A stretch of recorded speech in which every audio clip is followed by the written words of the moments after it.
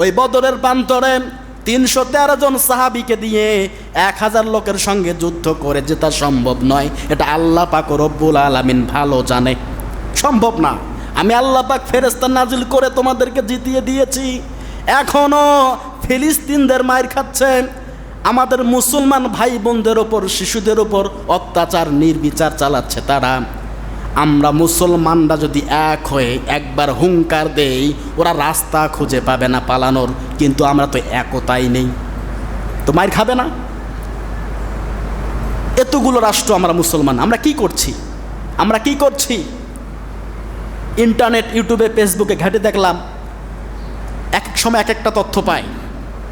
জাতিসংঘ থেকে যে তথ্য এসেছে, 97 লক্ষ ইহুদি, কত লক্ষ ইহুদি?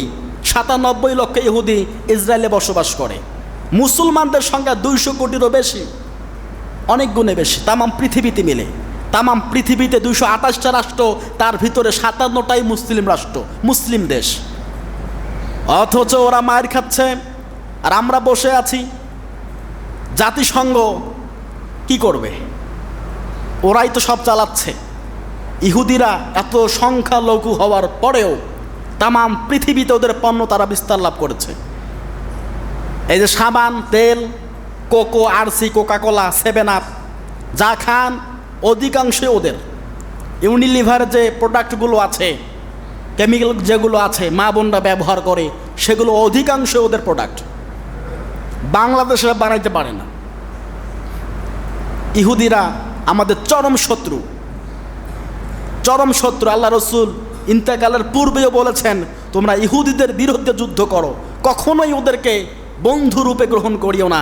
লা তাত্তাখিজুল কাফিরিন, ওরা কাফির, ওরা মুশরিক, ওরা তোমাদের সর্বোচ্চ চেষ্টা করে তোমাদের ক্ষতি করার জন্য। এই ইহুদিরা মুসা নবী জামানা থেকে শুধু নয়, আরও আগ থেকে এদের বিস্তার লাভ ছিল।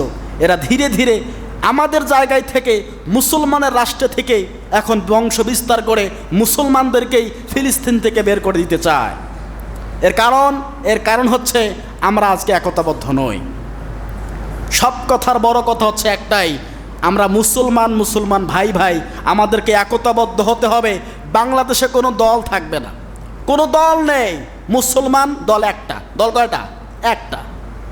যে দল কোরআনের কথা বলবে, যে দল কোরআন দিয়ে সংসদ কেন তামাম বাংলাদেশকে, তামাম পৃথিবীকে শাসন করার পক্ষে কথা বলবে, ওই দলটাই সবচেয়ে বড় দল এবং ওই দলটাই হচ্ছে আসল দল। কথা বলেন ঠিক কিনা?